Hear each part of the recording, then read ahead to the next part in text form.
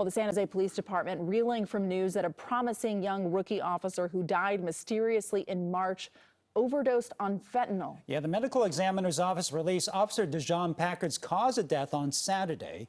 KPIX 5's Devin Fehely on how his death is raising tough questions for San Jose police. The response of watchdogs of the police department and sometimes critics has been somewhat muted.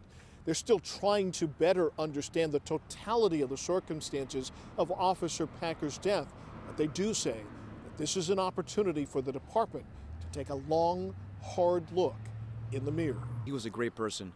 The kind words with his just super engaging personality and his big smile and glowing praise that flowed so freely in the days after Dejon Packard's death had been replaced by a set of tough, troubling, largely unanswered questions, like how could a promising young police officer who graduated at the top of his class end up dead of a fentanyl overdose? In this loss of life, the San Jose PD needs to look inside and find out if there's a problem inside the police department. Civil rights activist and police watchdog Reverend Jeff Moore says that Officer Packard's death speaks not only to the opioid crisis, but to potential problems within the ranks of the police department.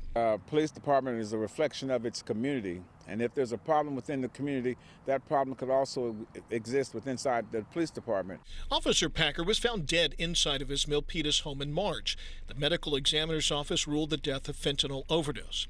Police Chief Anthony Mata released a tough statement responding to the news, writing, "Any allegations of illegal drug use by a San Jose police officer is concerning. There are no free passes for police officers, and we will not make any excuses. When an officer violates the public trust on or off duty, I will hold them accountable."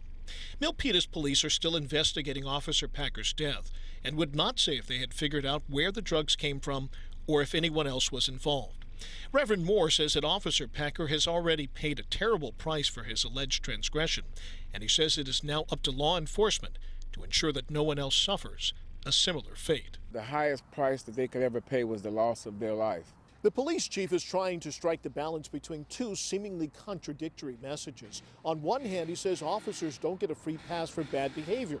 On the other, he says he wants officers to be aware of the services available to them if they're struggling with a substance abuse issue. In San Jose, Devin Fehely, KPIX 5.